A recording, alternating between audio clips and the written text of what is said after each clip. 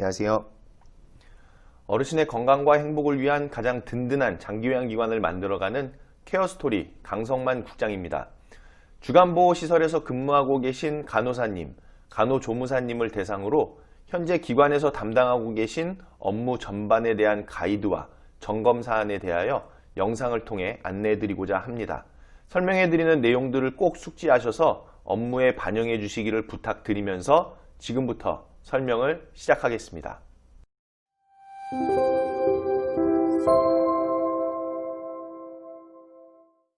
자, 먼저 전체적인 업무에 대한 개요부터 살펴보시면은 간호조무사 선생님, 간호사 선생님에 대한 업무 현황과 그리고 작성하고 계신 서류에 대한 점검 사항들을 안내해 드리려고 합니다. 자, 이제 한 달에 한 번씩 업무 점검 보고서를 작성하시는 것으로 안내를 드리려고 하는데요. 이 업무 점검 보고서는 저희 케어스토리에서 제공해 드리는 업무 일정에 따라서 월 1회 작성을 하시고 관리자, 즉 시설장님이나 대표자님 그리고 또는 관리자급 종사자분께 보고해 주시면 되겠습니다. 자, 담당은 간호사 선생님이나 간호조무사 선생님께서 담당하시고요. 이에 대한 관리자분은 관리자급 종사자, 시설장님, 그리고 대표자님도 포함이 되겠습니다. 자, 그런데 시설에서 주로 관리자로 업무를 보고 계시는 분이 계시죠. 그래서 관리자급 종사자나 또는 시설장님께서 담당하실 수 있는 부분이 되겠죠. 자, 그리고 지금 안내해드리는 업무 가이드에 따라서 점검한 결과에 대해서는 반드시 관리자에게 보고해 주시기를 당부를 드리겠습니다. 자, 먼저 입소자 건강수준 평가 및 간호기록에 대해서 우리가 살펴보실 텐데요. 자, 이 입소자 건강수준 평가 및 간호기록은 어르신께서 처음 시설에 입소하셨을 때 그때 간호조무사 선생님, 간호사 선생님께서 즉시 작성해 주시면 되겠습니다. 자, 여기서 이 부분에 대해서 점검을 하셨으면은 여기 끝에 이렇게 체크를 해주시면 되겠죠. 자, 그리고 이 입소자 건강수준 평가 및 간호기록은 시설에서 보관해 주시면 되겠고 분기별 1회 정기적으로 재작성해 주시면 되겠습니다. 자, 수급자 어르신의 건강이나 병력 상태에 변화가 있다고 하면은 즉시 다시 재작성해 주시면 되겠고요. 재작성한 서류는 시설장, 관리자급 종사자분들께 반드시 확인을 받아주시기 바랍니다. 자, 입소자 건강수준 평가 및 간호기록은 사실상 요양원에 해당하는 업무입니다. 그래서 노인보건복지사업 안내책자에서는 요양원을 대상으로 계약의사와 협약병원에 대한 관련 업무로서 이 입소자 건강수준 평가 및 간호기록을 작성하게끔 하고 있는데요. 주간보호시설에서도 입소자 건강수준 평가 및 간호기록을 작성을 하고 그리고 동시에 협약기관도 맺어놔서 협약기관과의 의료적인 연계를 위한 자료로 활용하시면 좋습니다. 자, 이번엔 건강관리기록부인데요.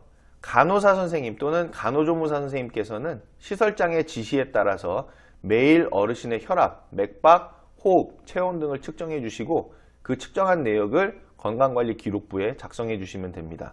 자, 체중이나 혈당처럼 매일 체크하지 않는 항목들은요. 수급자 어르신의 건강 상태에 따라서 적절한 주기를 정해 주시고 그에 따라서 측정하신 내역을 작성해 주시면 됩니다.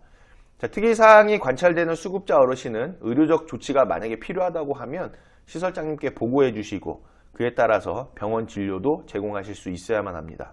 자, 채용된 간호사 선생님 또는 간호조무사 선생님께서 휴무인 경우에는 수급자 어르신의 활력증의 측정을 하루 이틀 정도는 생략할 수도 있겠지만은 만약에 간호 인력이 장기간 부재 중인 경우에는 장기간 그 활력증의 축적을 누락할 수는 없겠죠. 그래서 대체자를 지정해서 활력증을 측정하실 수 있도록 조치해 주시기 바랍니다.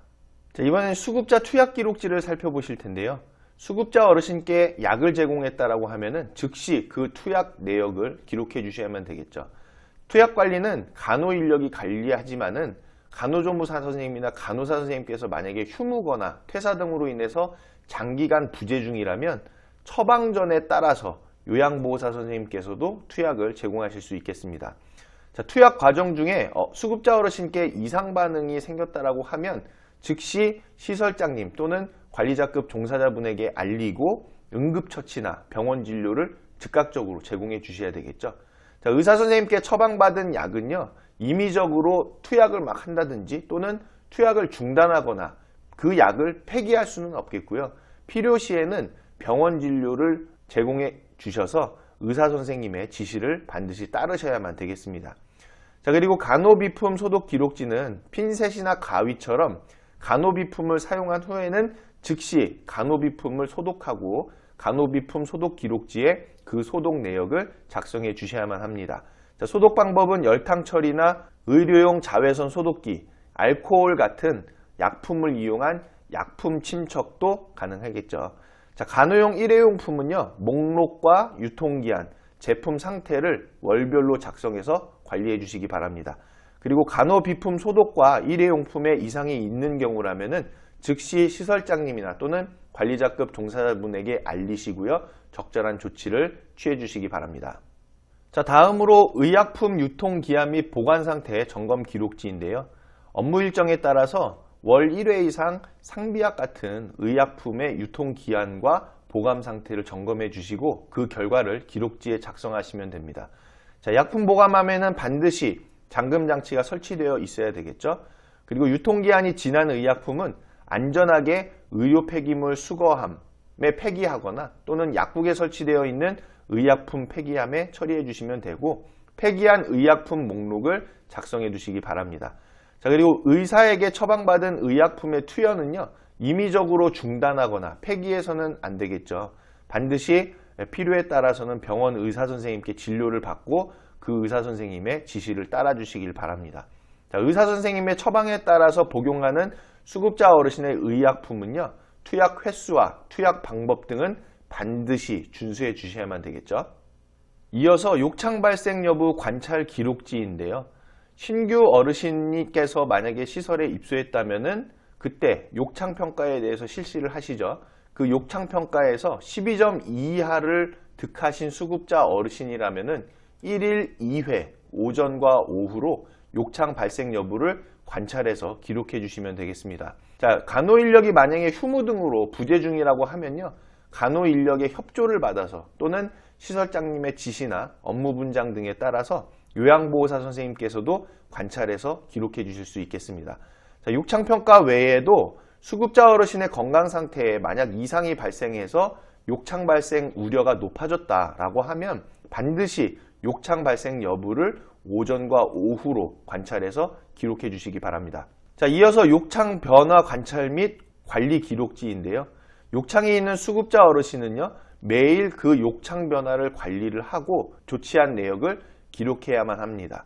자, 욕창에 있는 수급자 어르신은 반드시 병원 진료라든지 또는 계약 의사와 협약병원 의사 선생님의 진료를 제공해 드리고 의사 선생님의 지시에 따라서 관리해 주셔야만 되겠죠.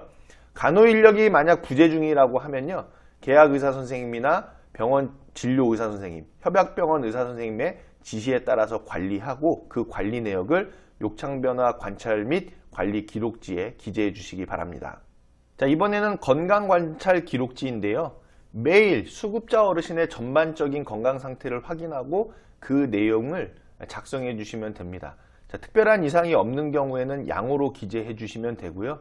수급자 어르신의 건강상에 이상 징후가 발견되어서 조치를 취한 내역이 있다고 하면 해당 조치 내용도 함께 기재해 주시면 됩니다. 자, 이 건강관찰 기록지는 매일 작성하기 때문에 한 달에 1일부터 31일까지에 대한 칸이 한 장 안에 들어 있습니다. 자, 여기에 어르신의 건강 상태를 매일 작성하다 보면은 이 내역이 누적이 되겠죠. 그래서 이 건강관찰 기록지를 흔히 누가 기록부라고도 합니다. 누가, 즉 계속 축적이 됐다라는 거죠. 이 축적된 기록의 내용만 보더라도 시간별로 어르신의 건강 상태가 어떠하셨는지, 그리고 그 건강 상태에 따라서 시설에서 어떠한 조치를 했는지에 대한 내역을 한 번에 살펴보실 수 있는 장점이 있습니다. 자, 이어서 마지막으로 서비스 제공 시간 중에 의료기관에서 진료받은 내역을 기록하는 부분인데요. 간호 인력이 휴무 등으로 인해서 부재 중인 경우에는 대체자를 지정해서 작성하실 수도 있습니다. 수급자 어르신께서 서비스 제공 시간 중에 만약 병원 등 의료기관에서 진료를 받은 내역이 있으시다면 즉시 그 내역을 작성해 주셔야만 합니다. 즉시 작성을 안 하면은 누락될 확률이 높기 때문에 서비스 제공 시간 중에 의료기관에서 진료를 받은 내역이 있으시다면 즉시 작성해 주시는 게 좋겠죠. 자, 그리고 수급자 어르신과 의료기관 방문을 동반한 경우에는 동반 종사자 칸에 그 동반 종사자에 대해서도 기록해 주시면 되겠습니다.